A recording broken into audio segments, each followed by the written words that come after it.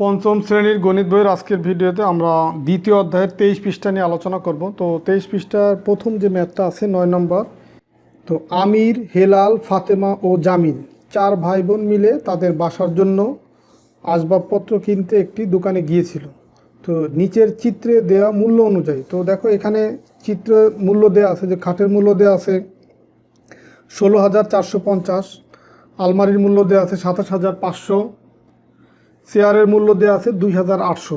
এই চিত্রে এই বিভিন্ন আসবাবপত্রের দাম দেওয়া আছে। তো এখন এই 4 ভাই বোন দোকানে গিয়ে 2টি খাট, একটি আলমারি এবং 6টি চেয়ার কিনল। তো মোট মূল্য 4 ভাই বোন সমানভাবে ভাগ করে দিল। প্রত্যেকে কত টাকা করে দিল, মানে প্রত্যেকের টাকার পরিমাণ কত সেটা হচ্ছে বের করতে হবে। তো এখন দেখো এখানে 2টি খাট কিনছে, তো একটা খাটের দাম হচ্ছে 16,450। তো 2টি খাটের দাম মানে 2 দিয়ে গুণ করতে হবে। আবার একটি আলমারি কিনছে, তো একটি আলমারির দাম হচ্ছে 7,500, তার মানে এটাকে 1 দিয়ে গুণ করতে হবে, মানে টোটাল দাম বের করার জন্য। আর হচ্ছে 6টি চেয়ার কিনছে, তো এখানে একটি চেয়ারের মূল্য দেওয়া আছে 2,800 টাকা। তো চেয়ার কিনছে কত, 6টি, তো এই কারণে 6 দিয়ে গুণ করতে হবে এই চেয়ারের মোট দাম বের করার জন্য।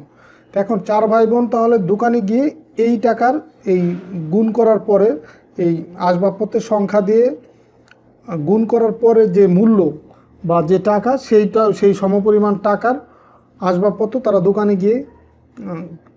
গিয়ে কিনছে। তো এখন দোকানে গিয়ে এগুলো কেনার পরে যে মোট যে টাকাটা হবে সেই টাকাটা আবার 4 ভাই বোন সমানভাবে ভাগ করে দিবে। তো এখন প্রত্যেকে কত টাকা দিবে, তো প্রত্যেকে টাকার পরিমাণ বের করার জন্য আমাদের যেটা করতে হবে, প্রথমে হচ্ছে এই টোটাল যে টাকা বা মোট যে টাকা সেটা বের করতে হবে। তো প্রথমেই ধরো আমরা আলমারির মোট টাকাটা বের করি।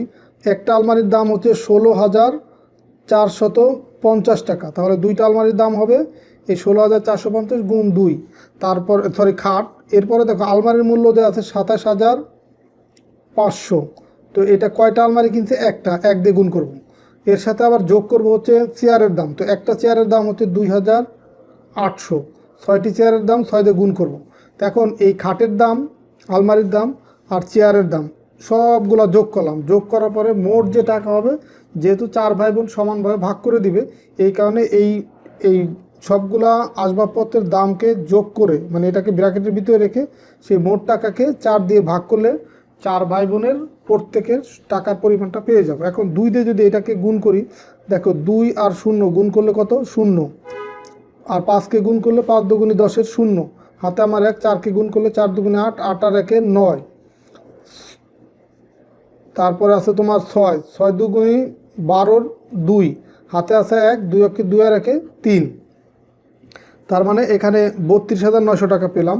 আবার 1 দিয়ে এটাকে গুণ করলে এই টাকাটাই থাকবে 27,500। আর চেয়ারের দাম হচ্ছে 2,800, গুণ করবো 6 দিয়ে, 6 দিয়ে 0কে গুণ করলে 0, আবার 0কে গুণ করলে আবার আরেকটা 0, 8কে গুণ করলে 6টা 48-এর 8, হাতে আমার 4, 6 দুগুণে 12 আর 4 হচ্ছে 16। তো এখানে পেলাম 16,000। তো এখন এই ব্র্যাকেটের বাইরে যেটা আছে সেই 4 এখানে রেখে দিলাম। এখন প্রথম বন্ধনীর কাজটা এখনও শেষ হয়নি, এখন এগুলো যোগ করতে হবে। দেখো এই 0, এই 0, এই 0 যোগ করলে 0, তারপরে 0, এইখানে 0, এখানে 0 যোগ করলে 0। এরপর দেখো 8, 8 5 13, 13 আর 9 কত, 13 আর 9 হচ্ছে 22, 22-এর 2, হাতে আছে আমার 2, 2 আর 6 8, 8 আর 7 15, 15 আর 2 17, 17 আর 7, হাতে আছে 1, 1 আর 1 2, 2 আর 2 4, 4 আর 3 7, এই 77,200 টাকা পেলাম। এটাকে ভাগ করব কত দিয়ে, 4 দিয়ে। তো 4 দিয়ে ভাগ করলে আমরা যেটা পাবো সেটাই হবে তোমার এইখানে এই ম্যাথের উত্তর। তো এখন আমরা এই ভাগটা তোমাদের এইখানে আমরা সাইডে দেখাই দিই। এই 4 দিয়ে ভাগ করব কাকে, এই 77,200, এটাকে আমরা ভাগ করব 4 দিয়ে। তো ভাগফলটা উপরে রাখবো, দেখো 4 7-এর ভিতরে যায় একবার, 4 অক্ষে 4, বিয়োগ করলে পাবো কত, 3, এখান থেকে 7 নামায় নিয়ে আসবো, 37 পেলাম। তো 4 4 8 32, 4 9 36, তার মানে 9 বার যাবে, 4 9 36, 37 থেকে 36 বিয়োগ করলে এখানে থাকবে 1। এখন এখানে দেখো আবার যে 2 আছে, 2টাকে যদি নামাই নিয়ে আসি, 4 12-র ভিতরে যাবে কত, 3 বার, 3 4 12, মিলে গেল। তাহলে 12 থেকে 12 বিয়োগ করলে 0, আর এখানে যে 2টা 0 আছে এই 2টা 0 এখন এখানে নামাই দিলেই হয়ে যাবে। তার মানে এই 4 ভাই বোনের যে মিলে যে টাকাটা দিবে, তাহলে প্রত্যেককে দিতে হবে এই 4 দিয়ে ভাগ করার পরে যে টাকা, সেটা কত? 19,300 টাকা। এটা হচ্ছে প্রত্যেককে দিতে হবে কত? 19,300 টাকা করে। এটাই হচ্ছে তোমার এই ম্যাথের উত্তর। তো এরপরে দেখো পরবর্তী যে ম্যাথটা আছে, এখন এখানেও যে সুতরাং লিখে দিতে হবে, সুতরাং প্রত্যেকে দিল কত? 19,300 এত টাকা। তো আলাদাভাবে পরে উত্তরটা লিখে দেবো, এই অ্যান্সারটা এখানে না লিখে এখানে লিখে দিতে হবে। তো এরপরে 10 নম্বর যে ম্যাথ আছে, এটা দেখো যে তোমার আয়শা এবং আমেনা একত্রে 12,756 টাকা আছে, মানে দুইজনের, আয়শা এবং আমেনা দুইজনের একত্রে কত টাকা আছে? 12,756 টাকা। আমেনার চেয়ে আয়শার আবার এই 1120 টাকা বেশি আছে। আয়শার আছে বেশি, তাহলে কম আছে কার? আমেনার। এখন আয়শা আমেনার প্রত্যেকের কত টাকা আছে সেটা হচ্ছে বের করতে হবে। তো এখন এইখান থেকে যে কথাটা দেওয়া আছে যে আমেনার চেয়ে আয়শার 1120 টাকা বেশি আছে, তো কম যার আছে সেটা আমরা আগে বের করব। তো দেখো এখানে আমেনার আছে কম, এই কারণে আমেনার টাকার পরিমাণটা আগে বের করব, যে আমেনার কাছে আছে কত টাকা কম? 1120 টাকা কম আছে আয়শার তুলনায়, আর আয়শার হচ্ছে 1120 টাকা বেশি আছে। তো বেশি যে টাকাটা আছে সেটা যদি আমরা মোট টাকা থেকে বাদ দিয়ে দিই, তার মানে মোট টাকা ছিল দুইজনের 12,756, 12,756 থেকে আমরা এই আয়শার যে বেশি আছে সেই টাকাটা বিয়োগ করব।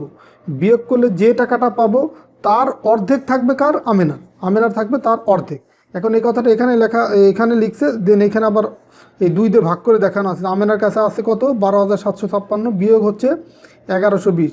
এই বিয়োগ কেন করলাম? এই টাকাটা আয়শার বেশি আছে, তো দুইজনের সমপরিমাণ টাকা থাকবে, আর মানে অর্ধেক অর্ধেক টাকা থাকার পরেও তোমার এই 1120 টাকা আয়শার বেশি আছে, এই কারণে বেশি টাকাটা বাদ দেওয়ার পরে তার অর্ধেক থাকবে কার? আমেনা। এই কারণে এই বাদ দিলাম, এটাকে প্রথম বন্ধনীর ভিতরে রেখে ভাগ করলাম 2 দিয়ে। তো এখন এই যে এটা যে বিয়োগ করলে কত আসবে, তো এই বিয়োগটা তোমাদেরকে আমি আলাদাভাবে এখানে দেখাই দিই, যে 12,756 এটাকে যদি বিয়োগ করি 1120, শূন্য আছে কত হলে 6 হবে? 6 হলে। 2 আছে কত হলে 5 হবে? 3 হলে। 1 আছে কত হলে 7 হবে? 6 হলে। 1 আছে কত হলে 2 হবে? 1 হলে। আর এইখানকার 1 এ নামাই দিলাম, তার মানে 11,636। তো এটা হচ্ছে তোমার জাস্ট হচ্ছে এইটুকু বিয়োগ করার পরের মান। তো এখন এটাকে আবার 2 দিয়ে ভাগ করব, তো 11,636 এটাকে যদি আমরা 2 দিয়ে ভাগ করি তখন কত পাবো? দেখো 2 1-এর ভিতরে যায় না, 11 ভিতরে যায়, কতবার যায়? 5 বার যায়। 5 দুগুণী 10, বিয়োগ করলে 1 পাবো। এই 16, এইখানে 6 নামাবো, তাহলে 16 হলো। 16-র ভিতরে 2 যায় 8 বার, 8 দুগুণী 16 মিলে গেল। এখন দেখো এইখান থেকে আমরা যদি 3কে নামাই, 3 নামাইলাম, 3-এর ভিতরে 2 যায় কয়বার? 1 বার যাবে, তার মানে 2 1-কে 2, বিয়োগ করলে থাকবে 1। এখন এখান থেকে আরেকটা অঙ্ক নামাবো, 6, 16 হলো। 16-র ভিতরে 8, 2 যায় কতবার? 8 বার, তার মানে 8 দুগুণী 16 মিলে গেল 0। তার মানে এখানে ভাগফল পেলাম কত? 5,818। দেখো এখানে বিয়োগ করার পরে 2 দিয়ে ভাগ করার পরে আমরা এই বিয়োগফলকে 2 দিয়ে ভাগ করার পরে যে মানটা পেলাম 5,818, 5,818 টাকা। এটা হচ্ছে আমেনার টাকা। এখন আমেনার চেয়ে আয়শার আবার 1120 টাকা বেশি আছে, তার মানে আয়শার কাছে এই 5,818 টাকা তো আছেই, এর সাথে আরও 1120 টাকা বেশি আছে, যেটা এখানে কিন্তু ম্যাথের ভিতরে বলে দেওয়া আছে। তার মানে আয়শার টাকা হবে এই 5,818 যোগ হচ্ছে কত? যোগ হচ্ছে তোমার 1120। তাহলে এই দুটা যদি যোগ করি, 0 আর 8 যোগ করলে কত হবে? 8। 2 আর 1 যোগ করলে 3, 1 আর 8 যোগ করলে হচ্ছে 9, আর 1 আর 5 যোগ করলে 6, 6,938 টাকা। এটা হবে আয়শার টাকা। তো আমেনার কাছে আছে কত টাকা? আমেনার কাছে আছে, তাহলে এই যে আমরা তো আগেই বের করছি, আমেনার কাছে আছে 5,818 টাকা, 5,818 টাকা। আর আয়শার কাছে আছে 6,938 টাকা। এটাই হচ্ছে এই ম্যাথের উত্তর। তো এখানে তোমার এই যে আলমারির যে বা আসবাবপত্রের যে ম্যাথটা করলাম, এখানে আমরা গাণিতিক বাক্যের সাহায্যে কিন্তু 2-3 লাইনেই করে ফেললাম। তো এই ম্যাথটা চাইলে লিখেও করা যায়, এই টাইপের ম্যাথ। তো আমরা পরবর্তীতে দেখাবো কিভাবে লিখেও এই ম্যাথগুলো সহজে করা যায়। তো ঠিক আছে, সবাই ভালো থাকো, সুস্থ থাকো। পরবর্তী ভিডিওতে আমরা 24 পৃষ্ঠার ম্যাথগুলো নিয়ে আলোচনা করব। আল্লাহ হাফেজ।